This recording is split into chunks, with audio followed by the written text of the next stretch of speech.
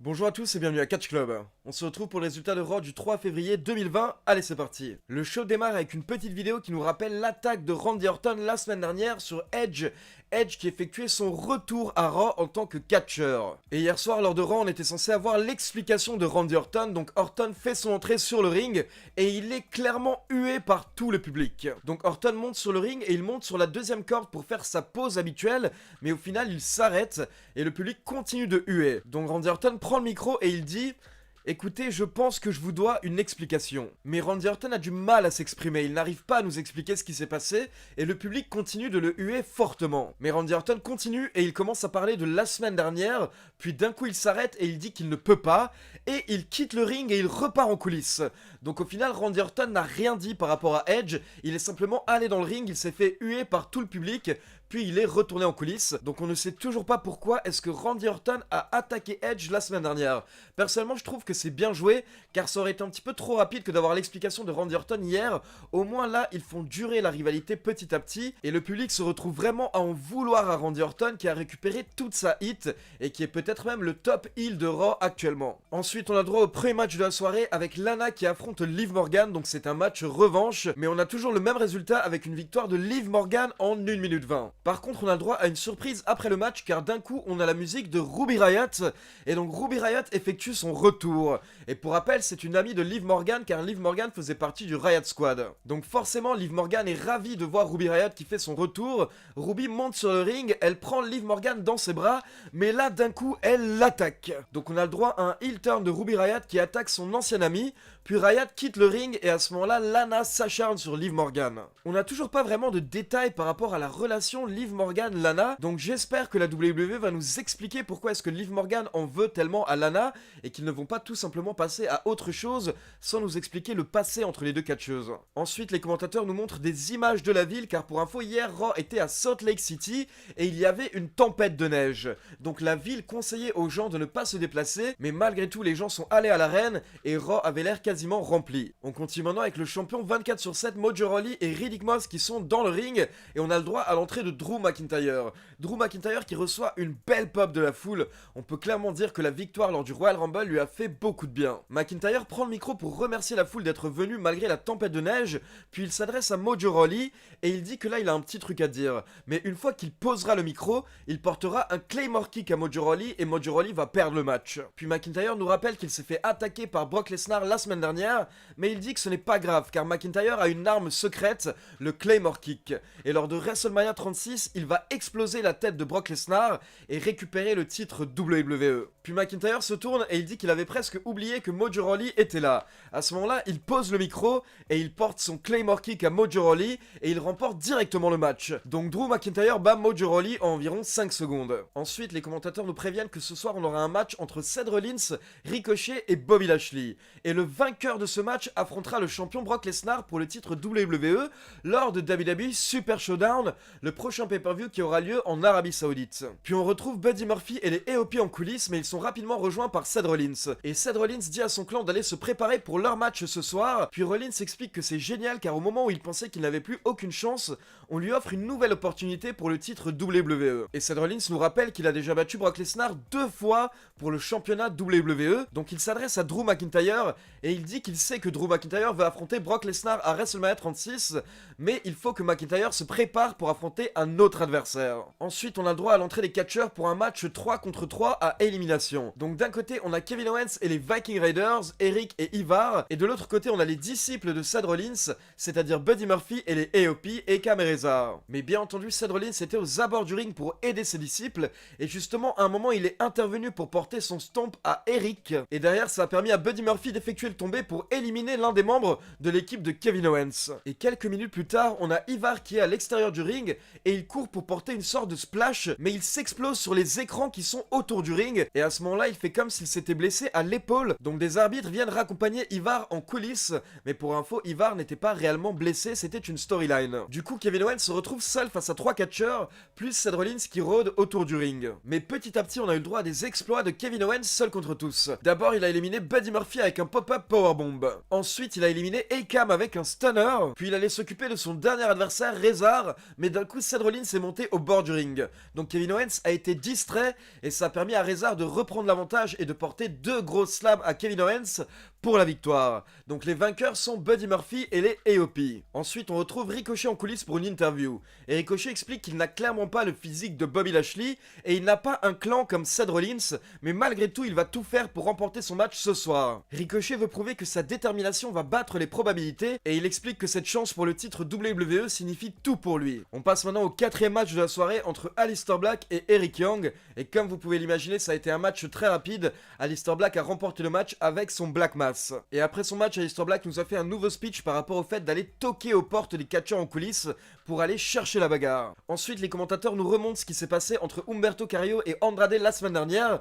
Pour rappel, Humberto Carrillo a porté un DDT à Andrade au sol, et en fait cet angle va permettre d'expliquer l'absence d'Andrade pendant le prochain mois, car Andrade a été suspendu. Du coup, on a le droit à l'entrée de Humberto Carrillo, puis on a le droit à l'entrée de Angel Garza, accompagnée par Zelina Vega. Zelina Vega fait un speech où elle dit qu'elle a trouvé le point faible de Humberto Carrillo. Puis elle nous présente Angel Garza, qui est un ancien champion cruiserweight, mais qui est surtout le cousin de Humberto Carrillo. En effet, Angel Garza et Humberto Carrillo sont cousins dans la vraie vie. Puis Garza prend le micro, il monte sur le ring et il dit qu'il sait que Humberto Carrillo est sous le choc. Mais Garza dit qu'ils savent tous les deux qui est le leader dans la famille et Humberto Carrillo doit obéir à Angel Garza. Puis Angel Garza dit que Humberto Carrillo fait honte à la famille. Mais Carrillo retire le micro des mains de son cousin et il commence à lui parler en espagnol jusqu'à ce que Angel Garza le gifle. Et là c'est parti, Angel Garza a commencé à attaquer violemment son cousin et il l'a jeté à l'extérieur du ring pour justement lui porter le DDT directement au sol. Mais à ce moment-là, Rey Mysterio a fait son entrée pour sauver Humberto Carrillo. Du coup, après la pub, on a le droit à un match entre Angel Garza et Rey Mysterio. Forcément, c'était un bon match, mais nous n'avons pas eu de vainqueur.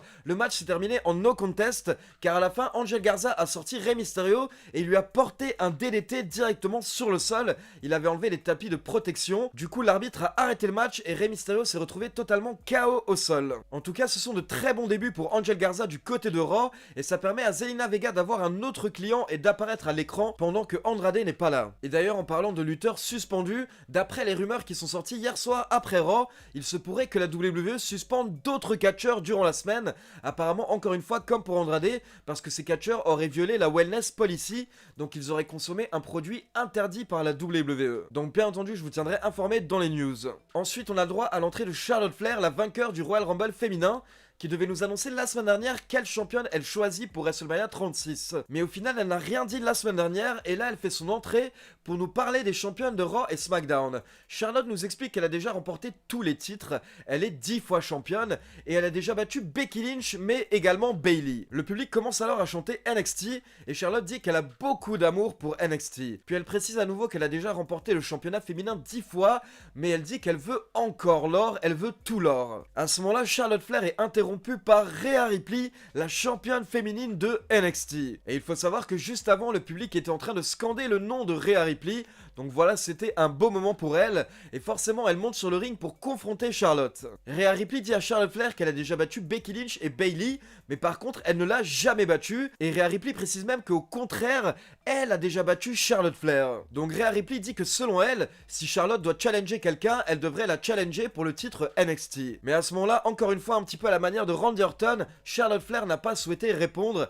elle est sortie du ring et elle a juste lâché un woo. Donc Charlotte prend son temps pour nous donner sa décision, mais pour info, elle sera présente mercredi à NXT et peut-être qu'elle choisira Rhea Ripley à ce moment-là. Ensuite, le 6ème match de la soirée, c'était Asuka accompagnée par Kairi Sane contre Natalya, et c'est Asuka qui a remporté le match au bout d'une dizaine de minutes avec son Asuka Lock. Et après le match, Asuka prend le micro et elle commence à appeler Becky Lynch, et Asuka dit qu'elle souhaite avoir un match retour face à Becky Lynch. Du coup de même, Becky Lynch fait son entrée et elle se demande pourquoi est-ce qu'elle devrait mettre son titre en jeu à quelques semaines de WrestleMania. Mais elle se répond toute seule en disant que c'était tellement fun de botter les fesses d'Asuka qu'elle souhaite le faire une seconde fois. Puis d'un coup on a Kairi Sane qui essaye d'attaquer Becky Lynch par derrière, mais Lynch jette Sane en dehors du ring, puis elle retourne en coulisses. Du coup on aura le droit à un match entre Becky Lynch et Asuka pour le championnat féminin de Raw la semaine prochaine lors de Raw. Puis on a le droit à l'entrée de Seth Rollins pour le main event, mais d'abord Seth Rollins nous fait un petit speech. Rollins dit qu'il va battre Brock Lesnar et devenir champion de la WWE, mais à ce moment-là il se fait huer par le public. Et Seth Rollins dit que c'est marrant, car il y a exactement un an il faisait la même promesse et il avait reçu toute une autre réaction de la part de la foule. Rollins nous rappelle qu'il avait promis qu'il battrait Brock Lesnar l'année dernière et il l'avait battu, il était devenu champion du monde et il avait défendu son titre à travers la planète. Du coup il s'attendait à un bel accueil de la part de la foule, mais au final la foule l'a crucifié. Mais Rollins dit qu'il ne déteste pas le public pour autant, car il dit que grâce au public il est devenu l'homme qu'il est aujourd'hui. Et Rollins précise que cette fois-ci quand il va détrôner Brock Lesnar, ce ne sera pas simplement pour lui, mais ce sera pour le bien de la fédération et pour sauver l'industrie du catch. Puis on a le droit à l'entrée de Ricochet et Bobby Lashley pour le main event. Donc comme je vous l'ai dit, c'est un match à 3 et le vainqueur affrontera Brock Lesnar lors du pay-per-view WWE Super Showdown. Et pour ceux qui ne sont pas au courant, lors d'un match à 3, il n'y a pas de disqualification, donc forcément Buddy Murphy et les AOP sont intervenus pour aider Seth Rollins. Mais Kevin Owens et Eric des Viking Raiders sont intervenus pour se débarrasser de Buddy Murphy et AOP, et tout ce groupe est retourné en coulisses. Du coup on se retrouve avec les 3 catcheurs dans le ring, et vers la fin du match, Ricochet et Bobby Lashley se débarrassent de Seth Rollins, puis Ricochet porte son Six-Star Splash sur Bobby Lashley pour la victoire. Donc grosse surprise car on va avoir le droit à Ricochet contre Brock Lesnar lors de WWE Super Showdown pour le titre WWE, et là d'un coup on a Brock Lesnar qui débarque sur le ring pour porter un F5 à Ricochet. Donc le show se termine sur l'image de Brock Lesnar qui fête avec le titre de champion WWE, et c'était une belle petite surprise que d'avoir l'intervention de Lesnar à la fin du main event. Donc voilà, on va avoir le droit à un match assez inattendu, Ricochet contre Brock Lesnar. Donc là ce sont clairement deux styles totalement différents, deux styles opposés, mais surtout en fait clairement on ne s'attend pas à ce que Brock Lesnar perd le titre lors de WWE Super Showdown. Donc surtout c'est un match sans aucun suspense, ce qui est un petit peu dommage, et je me demande comment est-ce qu'ils vont réussir à rajouter de l'intérêt à ce match, vu qu'on ne s'attend clairement pas à ce que Brock Lesnar perd le titre lors de WWE Super Showdown. D'ailleurs en général le show de WWE Super Showdown me gêne car il est mal placé. Juste avant WrestleMania c'est pas le bon moment, parce que du coup on se retrouve à devoir créer d'autres rivalités pour ce pay-per-view en Arabie Saoudite, et on met les rivalités de WrestleMania de côté pendant quelques semaines, alors que là on devrait être concentré sur la construction de WrestleMania 36. Donc voilà, c'est tout pour les résultats de Raw. Comme d'habitude, n'hésitez pas à me laisser vos avis dans les commentaires, et n'oubliez pas de liker la vidéo, de vous abonner à la chaîne et de cliquer sur la petite cloche pour être informé de la sortie des prochaines vidéos. Ciao tout le monde!